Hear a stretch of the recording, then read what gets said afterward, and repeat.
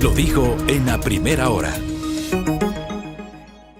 7:40 en la mañana, Jorge Acaiturri está con nosotros, él es asambleísta del Partido Social Cristiano, integrante del Consejo de Administración Legislativa CAL. Legislador, bienvenido, qué gusto. Y Fabricio, buen día, un saludo cordial para todos los que nos acompañan en esta entrevista. Primero, me permito saludarlo, expresar nuestras condolencias. Sabemos que hace pocas semanas falleció su señora madre la semana pasada. Gracias. Su señora madre, Jorge. Muchas abrazo gracias. Solidario y que pueda sobrellevar este momento muy complejo. De corazón. Y valoramos justamente por aquello, en medio de esto, que usted esté acá y en medio de sus actividades legislativas nos visite para conversar.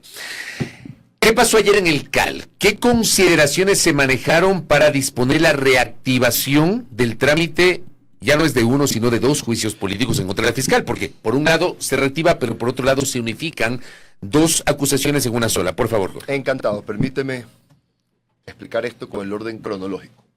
Ayer, 8 de la mañana, tuvimos la primera sesión del CAL para abocar conocimiento del juicio planteado a la señora fiscal por el asambleísta de la RC, el señor Valladares. Una vez que abocamos conocimiento, enviamos este tema a la UTL para que haga el informe no vinculante, pero que sí sirve para tener elementos para analizar esto. Bien, a las 5:30 tuvimos la siguiente reunión, se calificó ese juicio y se reactivó por pedido de la señora fiscal el anterior, que era del asambleísta Garzón. Esto ya se envió con recomendación de unificarse a la Comisión de Fiscalización de la Asamblea Nacional. Entonces es el juicio que viene, ¿no? Ahora tiene que sustanciarse en el mismo. Eso es lo que procede ahora mismo al interior de la Comisión de Fiscalización. No hay procede. mayor discusión al respecto. No, es lo que procede porque mucha gente preguntará ¿y qué pasa con el juicio de la ministra del Interior? Es un juicio que está paralizado hasta que la Corte Constitucional se pronuncie en base al seguimiento de un dictamen de ellos mismos. No me recuerdo la fecha exacta, 2022 o el año Octubre de anterior. 2023. Ya, usted sabe la fecha exacta, que dice más o menos lo siguiente, que la justicia ordinaria no puede intervenir en los procesos de fiscalización y juicios políticos que lleva a cabo la Asamblea Pero hay Nacional. quienes piensan, y le voy a decir la fecha exacta, 25 de octubre de 2023, tiene que ver ese dictamen a propósito de una reclamación que presentó Cristian Cruz, quien fue presidente del Consejo de Participación Ciudadana y Control Social, que lo llevaron a juicio político, Me que fue parece censurado y destituido. correcto. Pero hay personas que establecen diferencias de ese caso bien. con este, Jorge. Está bien, pero lo correcto ¿qué es entonces? A ver, que quede paralizado hasta que la Corte Constitucional, que es el máximo órgano de interpretación de las leyes en el Ecuador, se manifieste sobre el tema. Entonces, en orden cronológico, vendría el de la señora fiscal. Si la Corte ratifica lo hecho por la Asamblea, después vendría el juicio de la ministra. Si la Corte no ratifica lo hecho por la Asamblea, vendrían los juicios a los 3 ministros de Lazo. Pero antes de los 3 ministros, porque justamente ayer le presentaba el cronograma a la audiencia. El orden cronológico. Claro, en el orden cronológico y en la carta que le envía Pamela Aguirre, presidenta de la Comisión de Fiscalización al juez, ahí señala que, por un lado, dispone la suspensión del trámite del juicio político a la ministra del Interior, dice que se retrotrae los trámites de juicios políticos al momento en el cual se dispuso el archivo de estos procesamientos contra Sebastián Corral, Pablo Rosemena y Andrea Montalvo, y es en ese momento en el que uno ve el cronograma y dice, después de Zapata viene Diana Salazar. Claro, después porque lo que de se pensaba en inicio era que se iban a retomar el trámite de esos inmediatamente tres juicios políticos. No. O sea, estamos claros que este es el juicio político que viene. Por eso Ahí no hay ya discusión. No hay discusión. Eso fue lo que dije al inicio. Sí. Justamente, clarito. Eso es lo que viene. El de que viene es el de la fiscal. Clarito. Y sobre este juicio político en contra de la fiscal, ¿usted ratifica la postura en el sentido de que no avalarán la censura? El Partido Social Cristiano ha tenido una postura desde el inicio que creo que no deja a interpretaciones. Nosotros estamos en contra, no creemos que hay ni elementos ni argumentos para el mismo, por eso estamos en contra. ¿No existen elementos? No, para nosotros no, y no cabe interpretación en esto, porque ya veo que hay ciertos sectores que buscan generar duda sobre esto. Mire, a mí me gusta ser frontal. Sectores manipulados políticamente por el partido Creo, liderado por el ex presidente Lazo. Yo soy frontal, ya, que buscan generar duda en base a esto. Nosotros estamos en contra del juicio a la fiscal y que quede clarísimo para que no haya espacio a la duda. Eso querría decir que al interior de la Comisión de Fiscalización esa va a ser la postura de los socialcristianos. Al interior de la comisión y si es y de la Asamblea, al pleno, en el pleno. Clarito, que no hay espacio a la duda.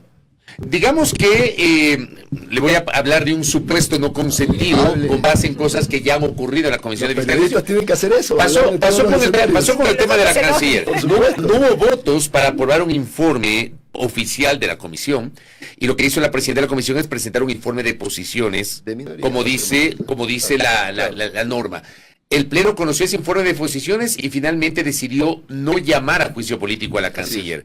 ¿Eso podría ser un escenario contemplado? Es uno de los escenarios. Hay varios escenarios. El escenario de que no se califique en la comisión, el escenario de que se califique y vaya al pleno, el escenario de que vayan 2 informes y, como tú dices, se rechace. Hay varios escenarios, pero nuestra postura es clara y que no hay interpretación sobre aquello. Yo creo que ya no hay que darle ni más vuelta al tema. Yo he citado a como la madre de todos los juicios políticos. ¿Usted qué piensa, Jorge? Por todo el condumio, el componente, la polémica, la confrontación que hay. ¿Cómo le ve usted? Claramente es un juicio político importante dado el personaje, ¿no? Y dado el respaldo, creo yo, que tiene a nivel nacional, pero nosotros somos claros en esto y siempre vamos a actuar en base a los argumentos y razonamientos que presentamos. Nosotros hemos analizado el tema, creemos que no existen argumentos, creemos que no hay elementos y por eso nuestra postura es en contra. Yo creo que ya no hay más que dar. ¿Usted qué opina de que la fiscal calificó como un narcojuicio? ¿No le hizo ruido eso? Mira, la fiscal hace mucho tiempo viene acusando a ciertos sectores de estar vinculados con el crimen organizado. Quizás la frase sea exagerada, porque primero tienes que comprobarlo. Tienes que probar. Decir algo así. Pero bueno, eso tendrías que preguntárselo a ella. Yo no creo que son los detalles que más le importa al pueblo ecuatoriano. Al pueblo ecuatoriano lo que le importa en sí es el análisis. Si hay contenido, si hay argumentos para que se la destituya, que yo creo que no, y por supuesto los problemas que existen en el Ecuador, que son muchísimos y que desafortunadamente últimamente la prensa no toca, porque se habla poco de los temas de seguridad, se habla poco de los temas de economía, se habla poco de la decadencia de los servicios públicos, ojo, que son derechos del pueblo ecuatoriano. Nos metemos en estos temas que son mucho de especulación, qué va a ser el uno, qué va a ser el otro, etcétera, y no nos dedicamos a lo que es realmente importante y a lo que la gente quiere escuchar. Porque usted ha dicho los periodistas tienen que preguntar y eso quiero hacer. Le quiero preguntar. Usted ha dicho no hay elementos. Especular, armar escenarios, todo. Yo decía sin que la otra parte se enoje. No, Jorge, usted ha dicho no hay elementos o el partido no ha encontrado elementos para censurar y destituir a la fiscal. Pero ¿no será que es políticamente inconveniente o impopular hasta cierto punto en medio del actual escenario electoral? Mire, a nosotros nos han dicho de todo. Belkis, de todo. Sin embargo, el Partido Social Cristiano ha tenido líneas históricas fuertes que muchas veces han estado en contra de lo que ciertos sectores políticos y medios de comunicación manejados por esos sectores han querido imponer. Entonces, nosotros tenemos una línea clara, frontal, honesta y sincera con la nación. Si nosotros creyéramos que hay elementos para, nuestra postura fuera otra, pero creemos que no existen elementos, creemos que esto es una vendetta política y nosotros no nos vamos a prestar para ese juego.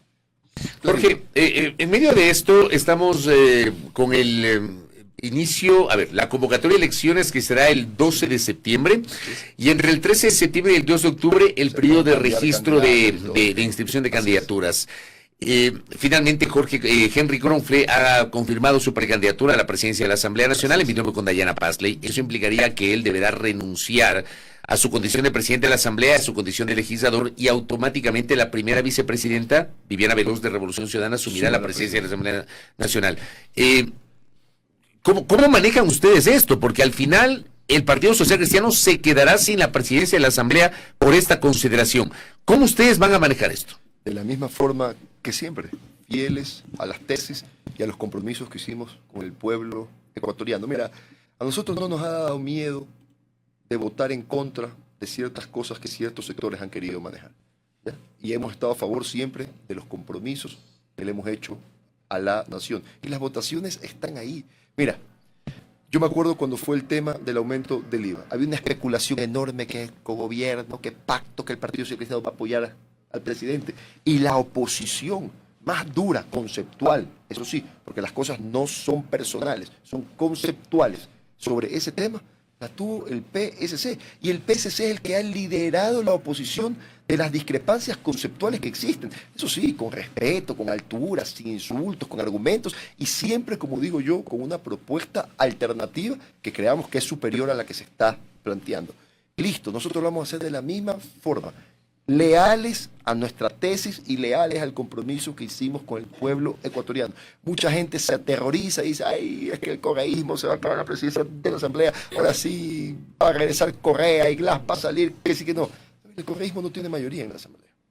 Entonces vamos dejando las cosas en claro, porque aquí también son muchos sectores que quieren vender un acuerdo supuestamente entre el correísmo y nosotros, pero que lo meten a construir ahora, que no tiene nada que ver, pero acá, si usted revisa las votaciones, nosotros quizás somos el partido que más veces se ha opuesto a las propuestas de la RC y que más veces ha propuesto cosas alternativas a lo que la RC ha propuesto. Sin embargo, en su momento, el anterior gobierno, el de Lasso, manipuló a sectores de la prensa nacional para vender este supuesto acuerdo, que sí que no, acuerdo que no existe y que todos sabemos que no existe. Pero bueno, para eso hay que analizar las cosas y ser muy serio. En la política ecuatoriana falta seriedad.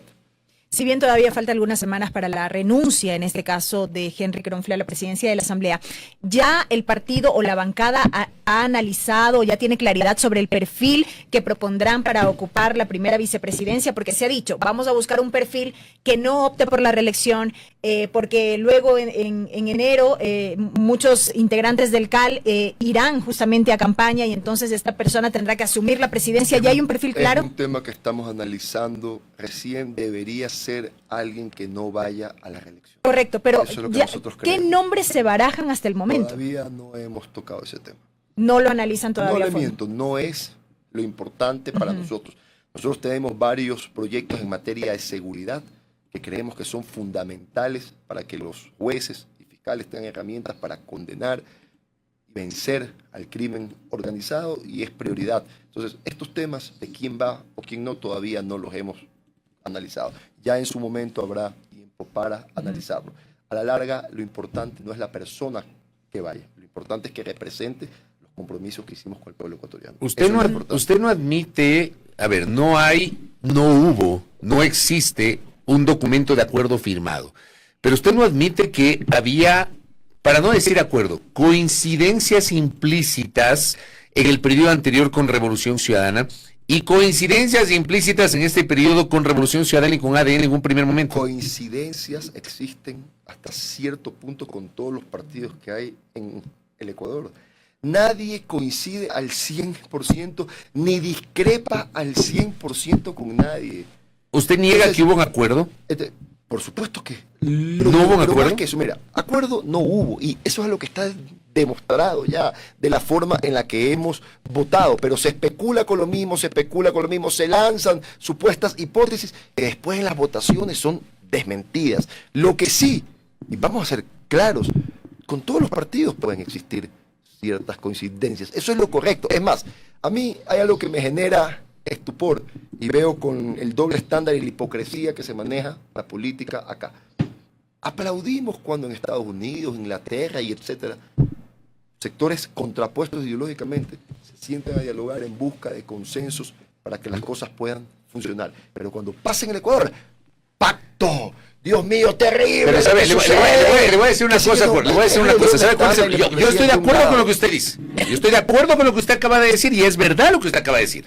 Y ahí somos corresponsables, los medios de comunicación, quienes hacemos opinión y es verdad lo que usted dice. No todos. Pero yo le voy a decir una cosa. ¿Sabe cuál es el problema de la clase política? Le digo porque de alguna manera el periodismo me ha permitido cubrir mucho de la política. Sin generalizar. Ya, no, yo no generalizo, yo soy enemigo de la generalización, pero le voy a decir cuál es el problema. El problema es que esas coincidencias, esos entendimientos, esos acuerdos no se transparentan, porque los niegan, o sea, se sientan a conversar, acuerdan y luego dicen, no nos hemos reunido, no hay acuerdo.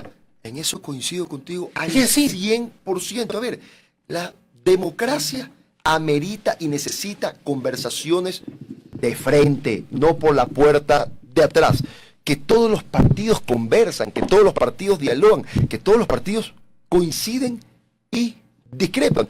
Eso sucede en el Parlamento ecuatoriano, sucede cuando sales a la esquina y te topa a alguien y conversas sobre un tema en el que discrepas o en el que tienes coincidencias, más o menos hablas de ideas, qué vas a decir, etcétera. Eso pasa. Pero ¿por qué no se transparentan esos entendimientos, esos acuerdos? ¿Por qué no se transparentan?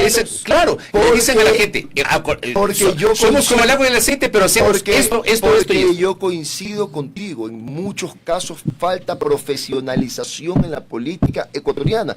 Decir, a ver, las distintas bancadas o los distintos partidos con el representante que sea, nos hemos sentado a dialogar sobre esto. ¿Saben qué, señor? Discrepamos. Nuestra tesis es esta. ¿Saben qué, señores? Coincidimos. Y qué bueno que coincidamos, porque eso significa que las cosas van a comenzar a funcionar. Pero no hay que tenerle miedo al diálogo. Mira, el diálogo y las discrepancias son fundamentales para el buen funcionamiento de una sociedad democrática. De ahí nacen las ideas que solucionan los problemas de la humanidad. Y no hay que tenerle miedo a eso. Y no hay que tenerle miedo a decir, en esto coincido con el correísmo, en esto no coincido con el correísmo. El país no se termina con Correa. ¿En qué hay coincidencias con el correísmo? Deme acá un segundito con algo. Acá a Correa lo han querido liquidar con insultos, con críticas, con todo. Algunas merecidas, otros no. ¿Usted sabe por qué Correa sigue teniendo una votación alta en el Ecuador? Porque fue mejor que Moreno y Lasso, con todas las críticas que puedan existir. Y a mí no me da miedo de decir eso, porque si usted va y le pregunta a la gente de a pie, ¿cree que Correa fue mejor que Moreno y Lasso? Eso no significa que no se lo pueda hacer mejor que Correa, porque si me pregunta a mí, en cambio, en Guayaquil, ¿quién fue mejor, Correa o Nebot? Creo que Nebot fue ampliamente superior que Correa. Eso no significa, pero acá la única forma de vencer eso es siendo pero fueron dos mejor. cuestiones vea, y yo le digo una cosa, yo solamente le robo un segundo. A mí me unen muchos lazos familiares, personales con Guayaquil, y voy siempre a Guayaquil. Ya, el tema es que en Guayaquil hay una lógica de mucha gente del guayaquileño.